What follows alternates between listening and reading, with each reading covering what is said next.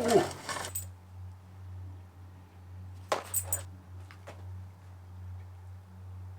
Welcome, ladies and gentlemen, to A Scotch and a Beer with Officer Dan, episode 16. As stated many times in the past, if these episodes make you chuckle, you learn something, they make you laugh, please make sure to subscribe and hit that notification bell, trying to drop these suckers every single Monday. In the last episode of this series, I kicked off my second season of Top Drift with a third place finish. My first podium in Pro-Am. Plus, I attended Extreme Drift Circuit in Phoenix for a 2-day event that was really awesome, and I got to meet a bunch of my internet heroes. Didn't do very well, but hey, it was a learning experience. I also got interviewed by Keep Drifting Fun, so that was a good bonus feature of being at said event. Had I not gone, there wouldn't have been an interview of me, so hey, I'm into it. Did I mention that Chris Forsberg knew my name? In this episode, I'll be smashing through my second and third events of my second season of Pro-Am. Continuing to suck at my S13 build, which we have now kind of shoveled into the corner, going over the release of Keep Drifting Fun, and upgrading the SC300 for more power, which may or may not have been a good idea. But first, a Scotch and a beer. Oh! For the beer, I have chosen the only thing left in my refrigerator, which happens to be the Angry Orchard Hard Cider Rosé. 5.5, alcohol by volume, naturally gluten-free. And that's all it says about it. And of course, it's not one of these. And I ain't gonna use my teeth. Can I do this without spilling everything? I can.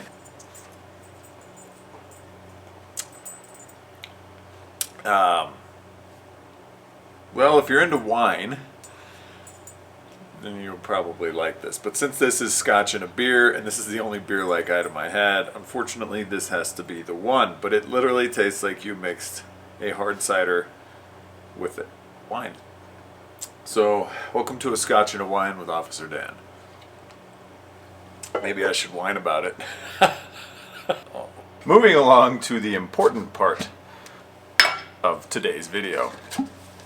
Oh, that is a dark bottle. Stealth mode. I like it. This is the Creag Isle single malt. It's a 12-year. The aroma is robust peat with a hint of coal tar. Addition of a little water breaks the dominance of the peat and releases subtle fruit and floral characters. Big and bold taste with characteristically smoky notes. Over time, strong peat character gives way to more subtle oak-derived sweetness. The finish is a very long-lasting smoke.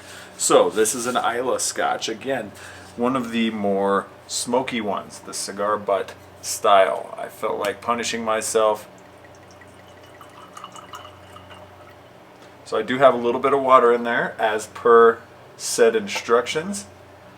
You can see it interacting with the oils inside of this Scotch. Maybe I'll do one of the episodes of these where I just talk about Scotch. I love it.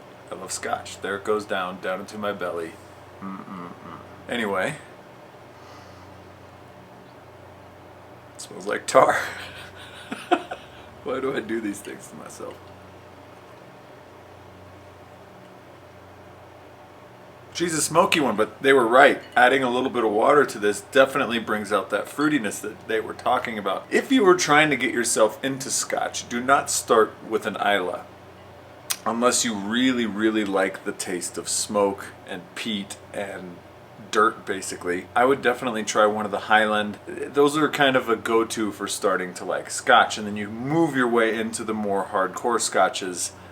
This style Islay being the most hardcore, in my humble opinion. Nothing like drinking a cigar at 10 a.m. on a Monday morning. And right into the story. Fresh off my first ever podium in the SC300, I was feeling confident coming into the second round of Top Drift. This one, of course, being at the Horse Thief Mile, my favorite track out there. I'm going to focus more on the Horse Thief Mile event because A, I did much better, and B, I actually documented it. Because the third round, for some reason, I'm assuming because I didn't do well, I didn't document anything. No pictures, no write-up, nothing. It's like I didn't even go to the damn event.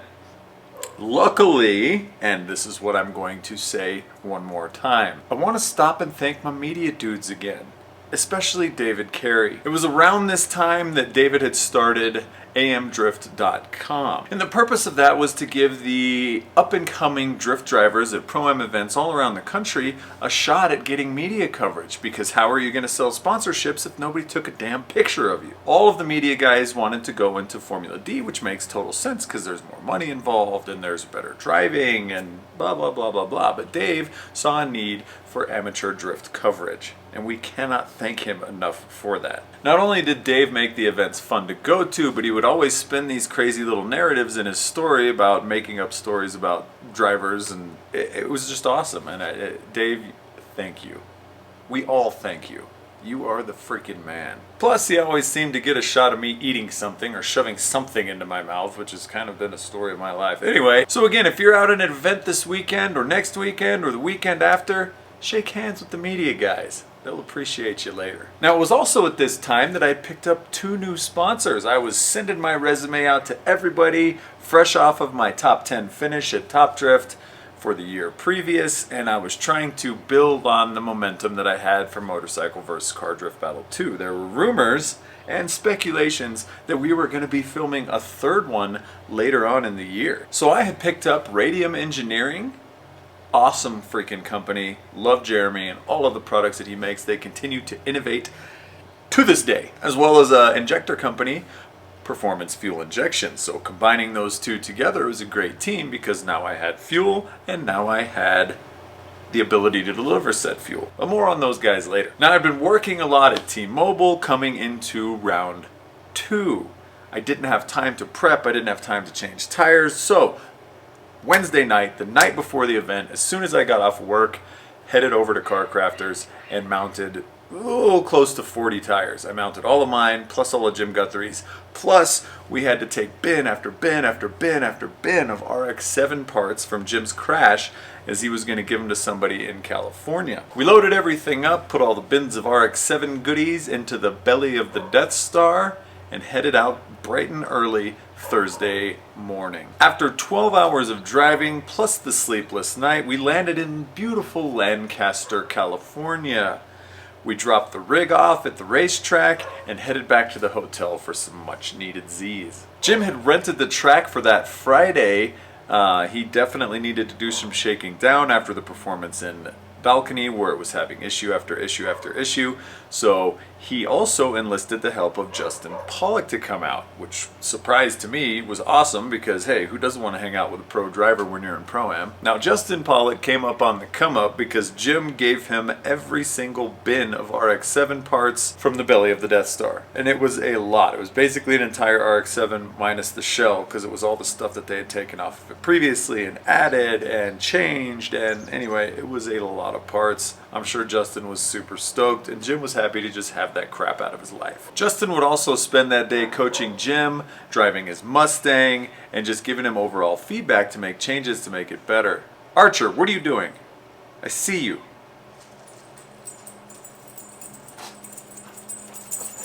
That doesn't mean I want to play. I'm doing stuff, man. I squeezed in a couple of laps in the SC300 just to make sure it felt great, and of course it did. So I didn't want to pay an extra $130 to chip in for the day, so I was happy with my 2 laps. And I retired to smashing around on a dirt track that I'd found on Horse Thief Mile on a pit bike. Did that for the rest of the day. Had a freaking blast. Who knew something like that was out there? Still, thanks to Jim, it was awesome getting to hang out at the track all day for an extra day, kind of by ourselves, just chilling. It was really cool to meet Justin Pollock for a little while. He's a rad guy, awesome driver. Watching him drive Jim's Mustang was kind of awe-inspiring, insane. The next day, nice and refreshed, we headed back out to the track for day 1 of practice on Saturday. Now, it was at this very event that I used a spotter for the first time ever. I'd heard the judges talk about it, I'd heard other drivers talking about it, but I really didn't know what it was and how important that role actually is. The first round of Top Drift, Taka and Justin had mentioned it to me after I had to run all the way up the hill to where the judges were and back down to get feedback every single time. And they're like, well, why don't you just have somebody come with you that can watch you from where we are and make your life a lot easier. And I was like, huh, didn't think about that.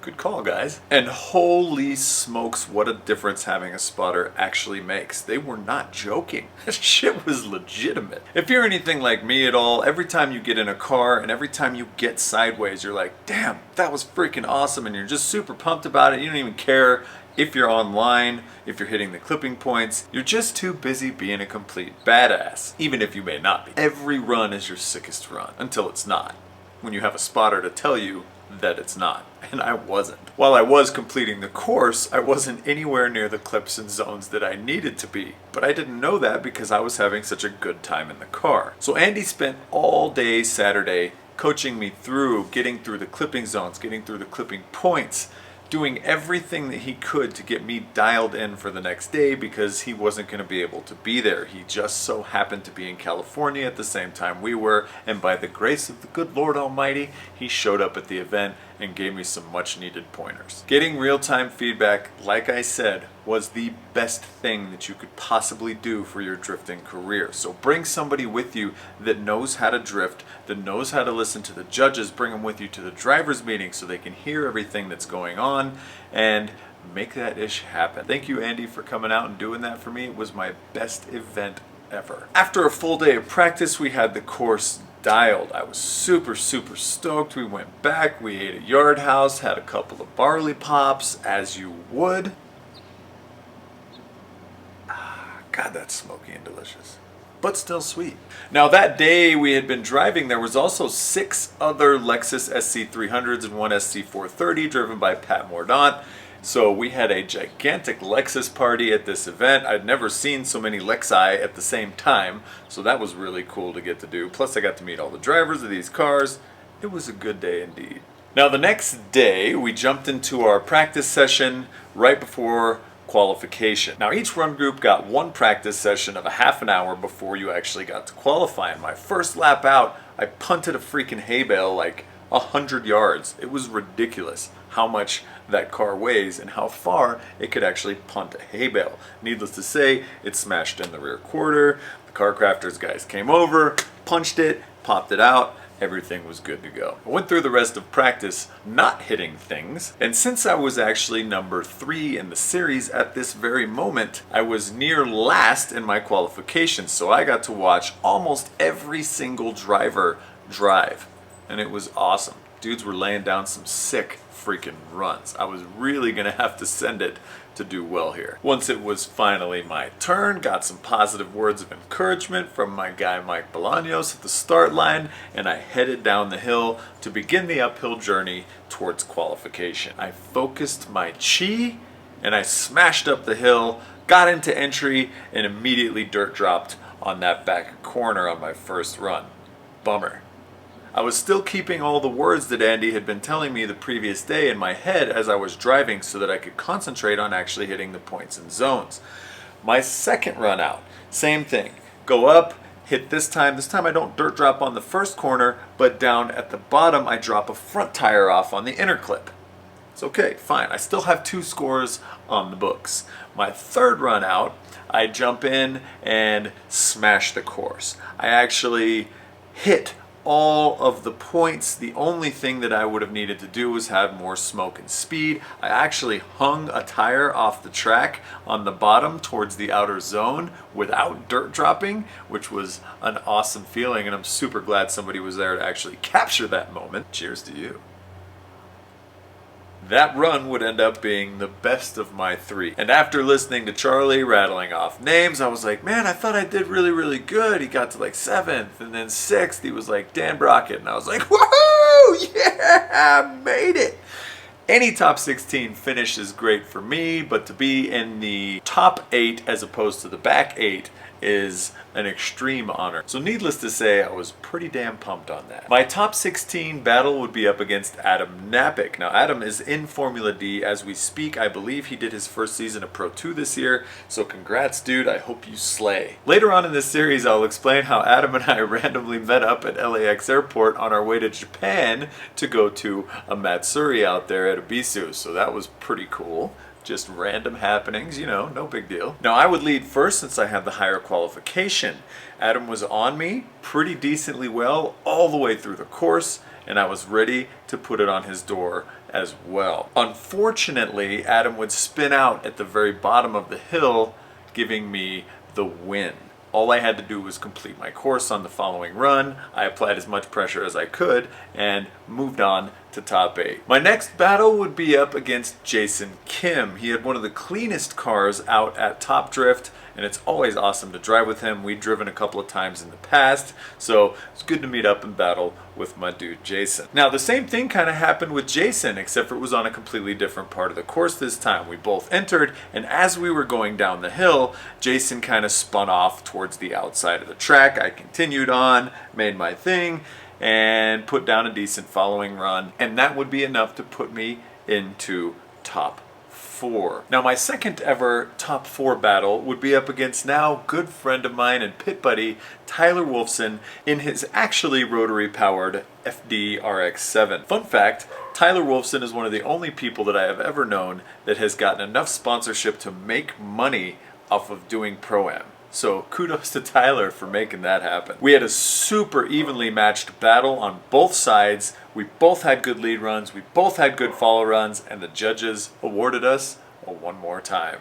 Now the second set of runs would include, again, Tyler leading first and me following. My follow run was just a little bit closer than Tyler's was when he followed me, and I was awarded with the win.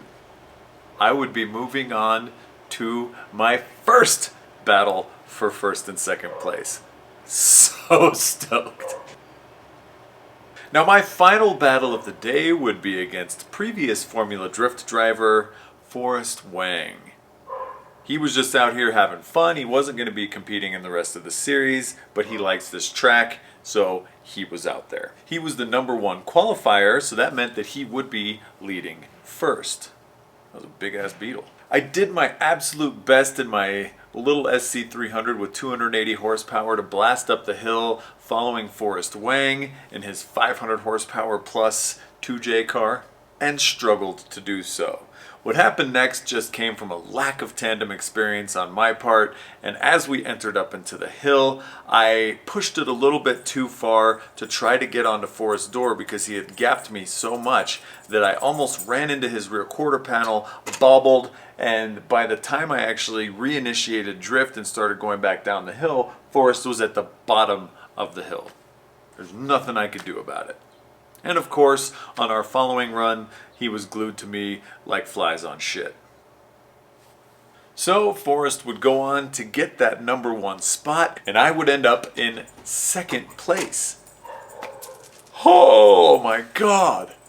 I was so freaking excited. I went from third and one-upped myself into second. I was on a roll. I was so stoked on drifting at this point. I was actually in contention for a Formula D license my second season of Pro-Am. And I would go on to get my second big, tall trophy from Top Drift Round 2.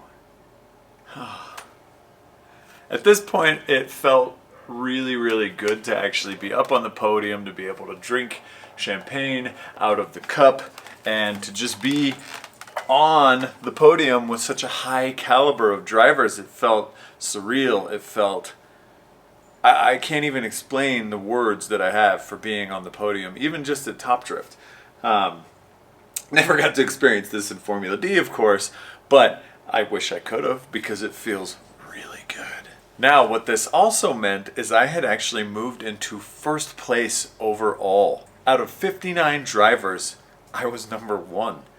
I couldn't believe it. I was driving a car that I'd never driven before with probably less horsepower than most of the guys out there. I was #1.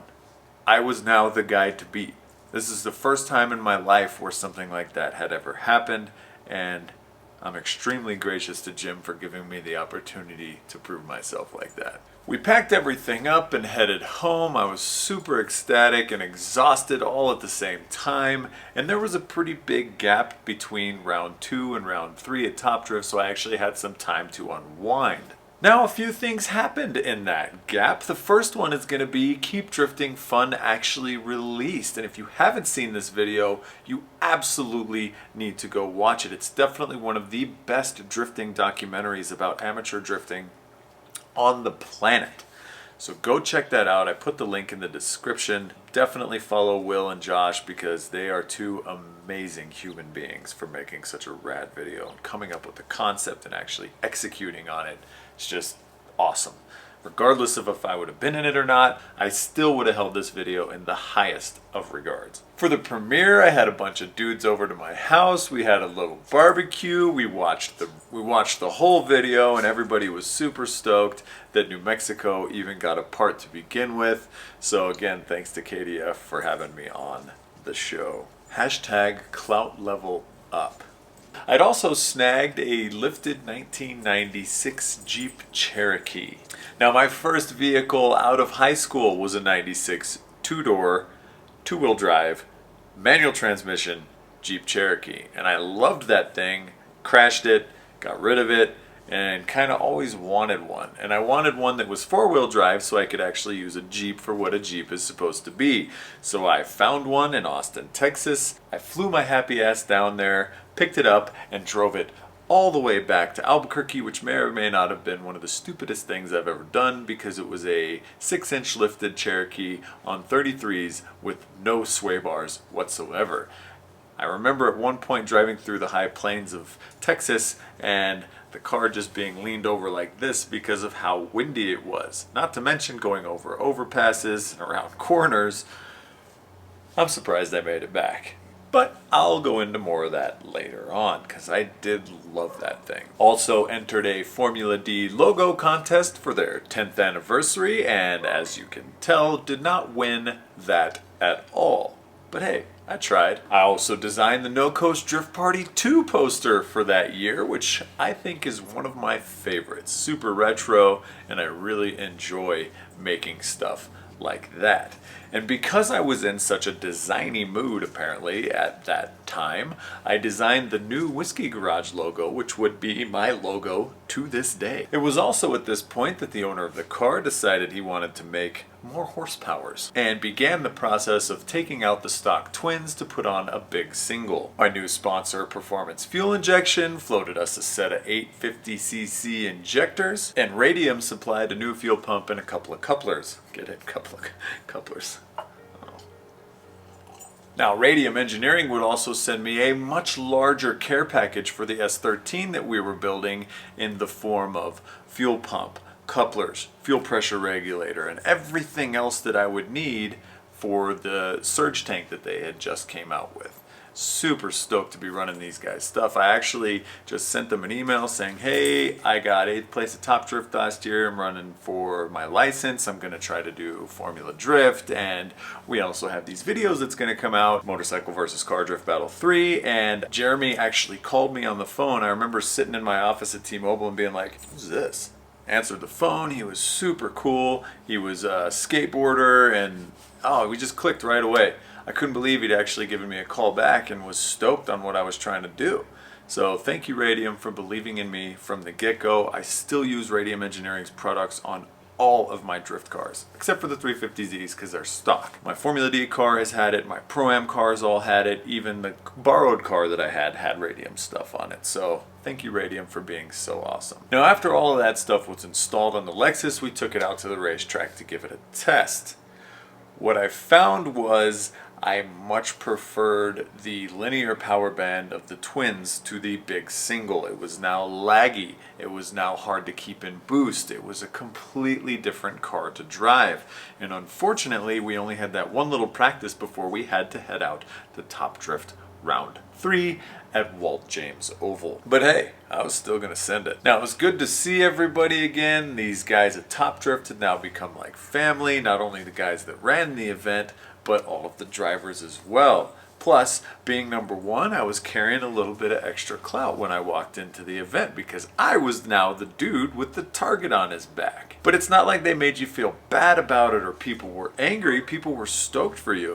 It was a different experience for me, and I really, really enjoyed it. I think being at Top Drift and acting the fool with all of the other drivers and doing stupid stuff with the media guys. And I think the camaraderie that comes with Top Drift is equal, if not greater, to actually competing in Top Drift. And I think that's really important. So if you do go to do Pro-Am, make friends with everybody there. It'll make your experience 1,000 times better. No matter if you win, no matter if you lose, everybody's super pumped to just be there and to be hanging out together. Now the car was a lot faster at this point. We dynoed right before we left and it ended up making 360, I think, 360 or 370 horsepower. So it was just about 100 horsepower more than it was before, which was fantastic. It was still on low boost, but it was making a lot more horsepower. Now my first blast down for entry, I was like, wow, this thing is way faster than it was when we were doing practice. Sea level sure does make a huge difference.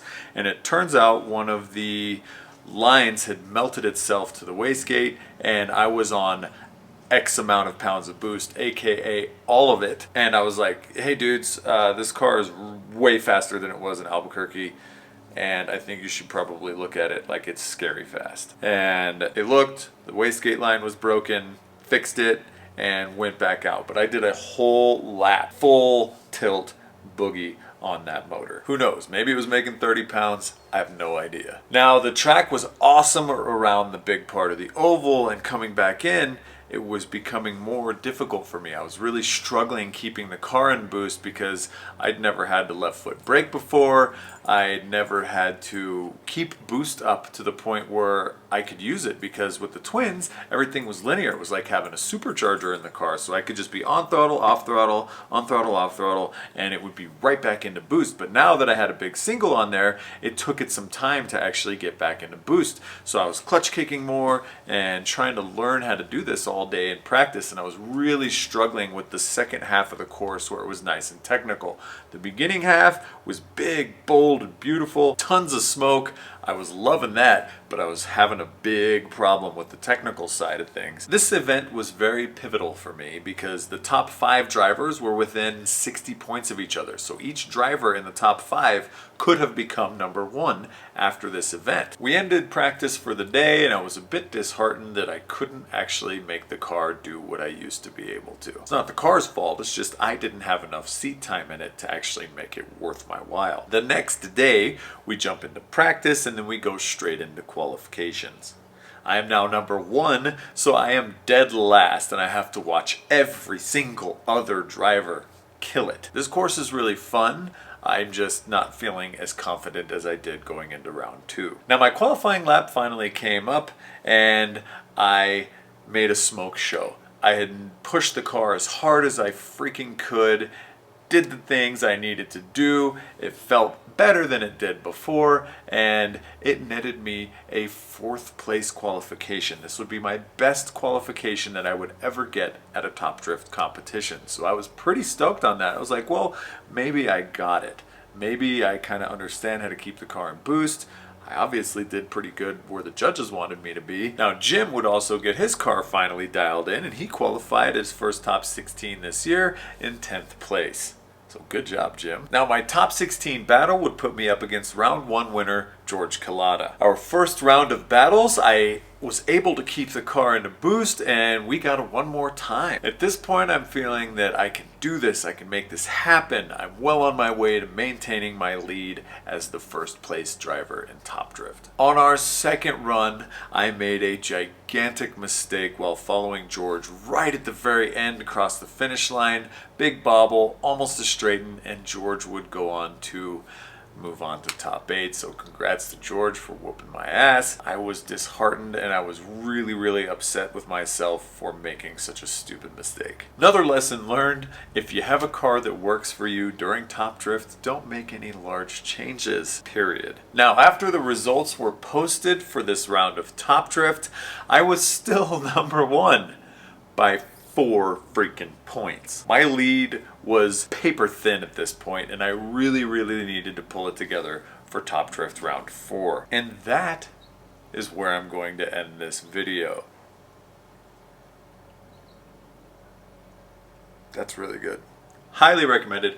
If you do start to get into Isle of Scotches, definitely try this one. It's still on the sweeter side, but it's still got that smoky, peaty goodness that just lasts. In the next video, I'm going to do the last round of Top Drift, plus we head to the last round of Vegas Drift, where Jim Guthrie flips his Mustang. Thanks again for watching this series. I appreciate every single view that you guys give me. I hope it's informative. I hope it's awe-inspiring. I hope it gets more of you into drifting. If you got a friend that's trying to get in, send them to the beginning of the series and let them watch it. Lets you know that a normal dude that doesn't come from money can make it into Formula Drift. I'll see you guys next time, except for I'll be in Hawaii. And wishes from Officer Dan. Peace.